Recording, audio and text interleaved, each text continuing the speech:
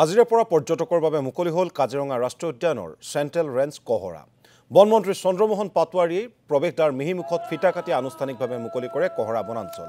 প্ৰাণৰ শিল্পী জুবিন গাৰ্গ আৰু সুধাকণ্ঠ ভূপেন হাজৰিকালৈ শ্ৰদ্ধাঞ্জলি জ্ঞাপনেৰে আৰম্ভ কৰা হয় অনুষ্ঠানত উপস্থিত থাকে মন্ত্ৰী অতুল বৰা, কেশৱ মহন্ত, সাংসদ কামাখ্যা প্ৰসাদ তাছা, কাজিৰঙা ৰাষ্ট্ৰীয় উদ্যানৰ সঞ্চালক ডক্টৰ সোণালী ঘোষকে ধৰি কেইবাগৰাকীও বিশিষ্ট ব্যক্তি। আজিৰে পৰাই বিদেশী পৰ্যটকৰ বাবে কহৰা বনাঞ্চলত মুকলি কৰা হ'ল বিভাগীয় হাতী ছাফাৰী।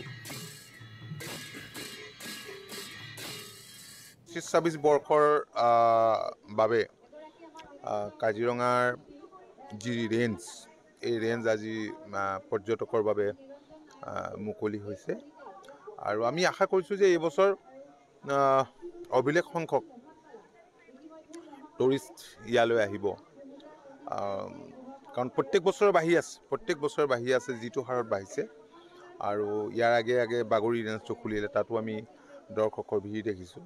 এইটো আমাৰ কাৰণে আনন্দৰ আৰু গৌৰৱৰ কথা। এইবাৰ আপোনালোকে জানে এইবাৰ 3টা ৰেঞ্জ আমাৰ হাতী চাফাৰী খুলিছে। এইটো আমাৰ এটা এডভান্টেজ হ'ল কি আমি আমাৰ বাগৰি, তাৰপিছত বুঢ়া পাহাৰ আৰু আজি আমি কহৰা চাফাৰীটো এলিফেণ্ট চাফাৰীটো এতিয়া ইনগ্ৰেট কৰাম। কালিৰ পৰা আমাৰ সেইটো ছিষ্টেমেটিকলি এলিফেণ্ট চাফাৰী হৈ যাব। ইয়াতে আমাৰ